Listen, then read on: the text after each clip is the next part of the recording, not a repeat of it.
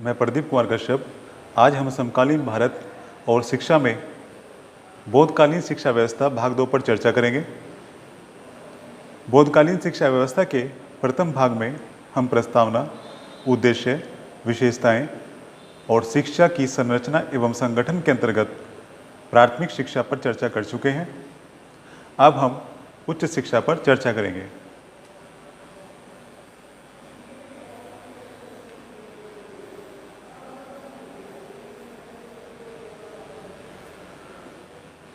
प्रारंभिक शिक्षा पूर्ण करने के पश्चात उच्च शिक्षा में प्रवेश हेतु बालक की एक प्रवेश परीक्षा संपन्न होती थी। सफल और योग्य छात्रों को उच्च शिक्षा में प्रवेश दिया जाता था। यह सामान्यतः 12 वर्ष की आयु से शुरू होती थी और 20 से 25 वर्ष की आयु तक चलती थी। उपसंपदा संस्कार। बोधकाल में उच्च शिक्षा की समाप्ति के बाद कुछ शर्मण अथवा सामनेर छात्र गृहस्थ जीवन में प्रवेश करते थे और कुछ छात्र भिक्षु शिक्षा में प्रवेश लेते थे।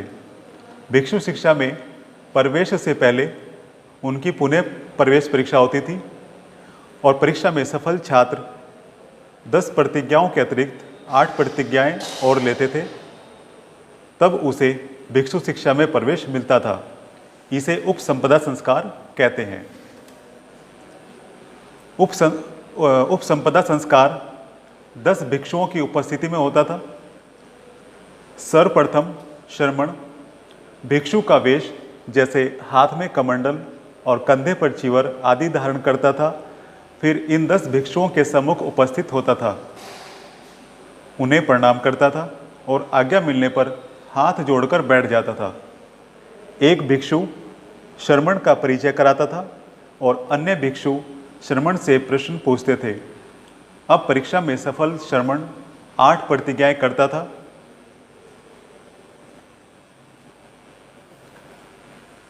परीक्षा में सफल शर्मण हेतु निम्नलिखित प्रतिज्ञाएं थी। करणीय क्रम 4। नंबर 1, वृक्ष के नीचे निवास करना। मांगकर भिक्षा पात्र में भोजन करना। नंबर 2, भिक्षा द्वारा प्राप्त साधारण वस्त्र धारण करना और औषधि के रूप में गौमूत्र का सेवन करना। अकरणीय क्रम 4 थे। नंबर 1, चोरी न करना, हत्या न करना, मैथुन न करना और अलौकिक शक्तियों का दावा न करना। भिक्षु शिक्षा। इन प्रतिज्ञाओं को लेने के बाद शर्मण को भिक्षु शिक्षा में प्रवेश मिलता था।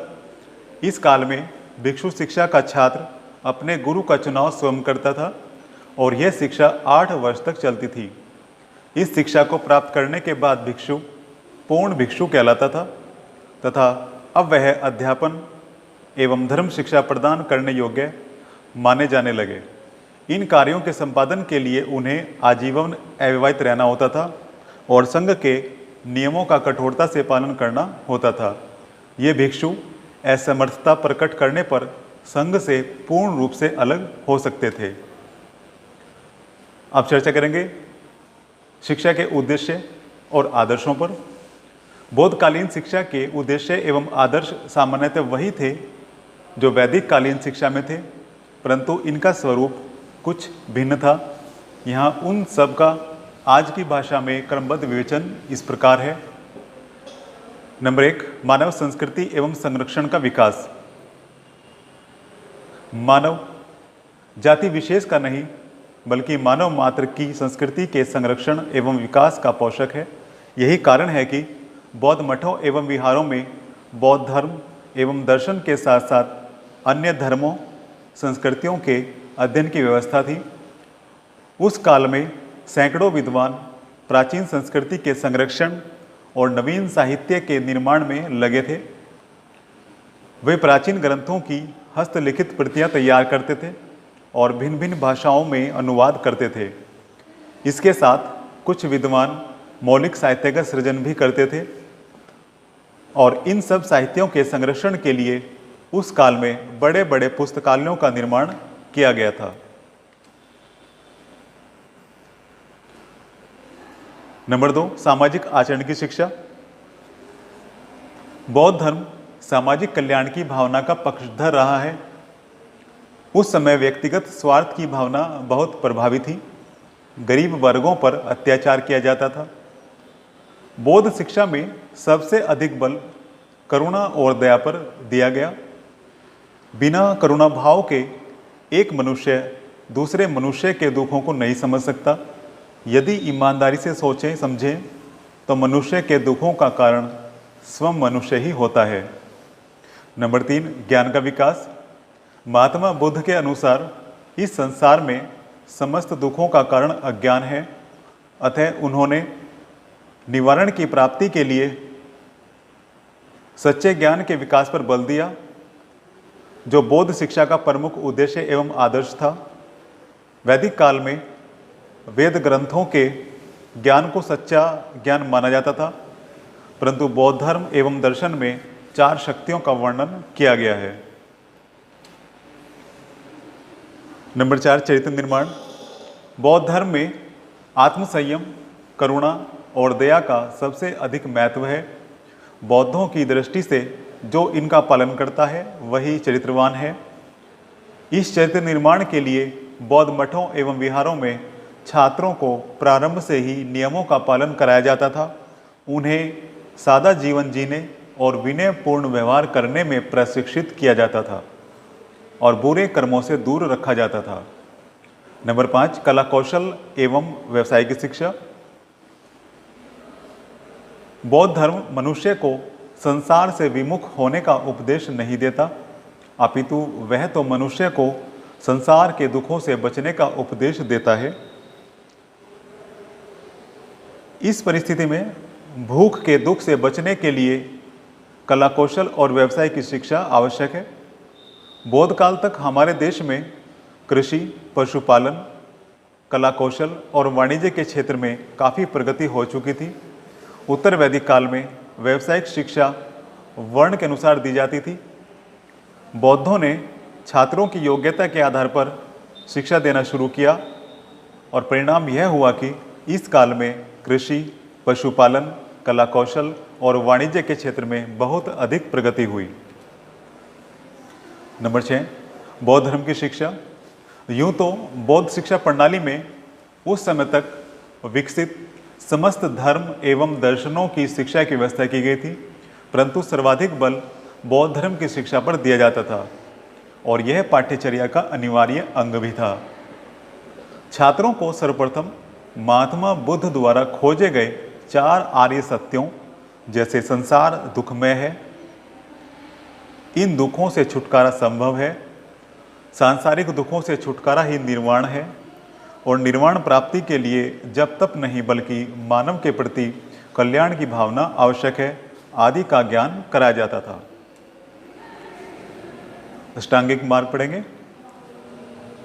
इसके बाद उन्हें निर्वाण प्राप्ति के लिए अष्टांगिक मार्ग में प्रशिक्षित किया जाता था, जैसे सम्यक दृष्टि, सम्यक संकल्प, सम्यक कर्मांत, सम्यक वाक, सम्यक अजीव, सम्यक व्यायाम, सम्यक स्मृति और सम्यक समाधि। शिक्षा की पाठ्यचर्या। बौद्धकालीन शिक्षा में प्राथमिक, उच्च और भिक्षु सभी प्रकार की शिक्षा व्यवस्था बौद्ध मठों एवं विहारों में की गई थी, क्योंकि उस समय बौद्ध शिक्षा बौद्ध संघों के नियंत्रण में होती थी। बौद्ध शिक्षा की पाठ्यचर्या को हम 2 आधारों पर देख और समझ सकते हैं। पहली उसके स्तरों के आधार पर और दूसरी इसकी प्रकृति के आधार पर। नंबर 1, प्राथमिक स्तर की पाठ्यचर्या। बौद्ध शिक्षा प्रणाली में प्रारंभिक शिक्षा की अवधि 6 वर्ष थी। इस स्तर पर सर्वप्रथम बच्चों को सिद्धरस्तु नामक बाल पोथी के द्वारा पाली भाषा के 49 अक्षरों का ज्ञान कराया जाता था। इसके बाद भाषा का पढ़ना लिखना सिखाया जाता था। तत्पश्चात शब्द विद्या, शिल्प विद्या, चिकित्सा विद्या, हेतु विद्या और अध्यात्म विद्या नामक 5 विज्ञान पढ़ाए जाते थे। इस स्तर पर बच्चों को बौद्ध धर्म की सामान्य जानकारी देने का शुभारंभ किया जाता था। उच्च स्तर की पाठ्यचर्या। बौद्ध शिक्षा प्रणाली में उच्च शिक्षा की सामान्य अवधि सामान्यतः 8 वर्ष थी। इस अवधि में छात्रों को सर्वप्रथम व्याकरण, धर्म और दर्शन, ज्योतिष, आयुर्विज्ञान का सामान्य ज्ञान कराया जाता था। इसके पश्चात विशिष्ट शिक्षा शुरू की जाती थी। विशिष्ट शिक्षा की पाठ्यचर्या में पाली, प्राकृत और संस्कृत भाषा एवं इन भाषाओं के व्याकरण एवं साहित्य, खगोल शास्त्र, नक्षत्र शास्त्र, न्याय शास्त्र, राजनीति शास्त्र, धर्मशास्त्र, अर्थशास्त्र, कला जैसे चिकित्सा, चित्रकला, मूर्तिकला और संगीत कला, कौशल, कताई, बुनाई और रंगाई, व्यवसाय, कृषि, पशुपालन एवं वाणिज्य, भवन निर्माण विज्ञान, आयुर्विज्ञान, बौद्ध धर्म, जैन धर्म, वैदिक धर्म, ईश्वर शास्त्र, तर्कशास्त्र, दर्शन और ज्योतिष, इन सब विषयों एवं क्रियाओं को स्थान दिया गया था। भिक्षु शिक्षा की पाठ्यचर्या। बौद्ध शिक्षा प्रणाली में भिक्षु शिक्षा की अवधि सामान्यतः 8 वर्ष थी, परंतु जो भिक्षु बौद्ध धर्म एवं दर्शन का विशिष्ट ज्ञान प्राप्त करना चाहते थे वे अपना अध्ययन आगे भी जारी रख सकते थे। यूं तो केवल बौद्ध धर्म एवं दर्शन का ही ज्ञान कराया जाता था और इनके लिए पाठ्यचर्या में बौद्ध साहित्य, त्रिपिटक जैसे सूत, विनय और अभिधम को रखा गया था, परंतु धर्म के तुलनात्मक अध्ययन हेतु वैदिक धर्म का भी ज्ञान कराया जाता था। साथ ही उन्हें भवन निर्माण और मठों एवं विहारों की संपत्ति का लेखा जोखा रखना सिखाया जाता था। लौकिक पाठ्यचर्या। इसके अंतर्गत पठन, लेखन, गणित, कला कौशल और व्यावसायिक शिक्षा जैसे कृषि, पशुपालन, चिकित्सा और वाणिज्य आदि दी जाती थी। धार्मिक पाठ्यचर्या। धार्मिक पाठ्यचर्या को हम 2 भागों में बांट सकते हैं, सामान्य छात्रों की धार्मिक पाठ्यचर्या और भिक्षुओं की धार्मिक पाठ्यचर्या। सामान्य छात्रों के लिए बौद्ध, जैन और वैदिक धर्म के अध्ययन की सुविधा थी। भिक्षुओं की धार्मिक शिक्षा थोड़ी सी विस्तृत थी। उन्हें बौद्ध साहित्य, त्रिपिटक जैसे सूत, विनय और अभिधम का विशेष अध्ययन करना होता था। बौद्ध धर्म की तुलना हेतु वैदिक धर्म का अध्ययन करना होता था। मठों के निर्माण का व्यावहारिक ज्ञान प्राप्त करना होता था। मठों एवं विहारों की संपत्ति का लेखा जोखा रखना सिखाया जाता था। धन्यवाद। हमारा दूसरा भाग ही समाप्त होता है। बौद्धकालीन शिक्षा के भाग 3 पर आगे की वीडियो में चर्चा करेंगे।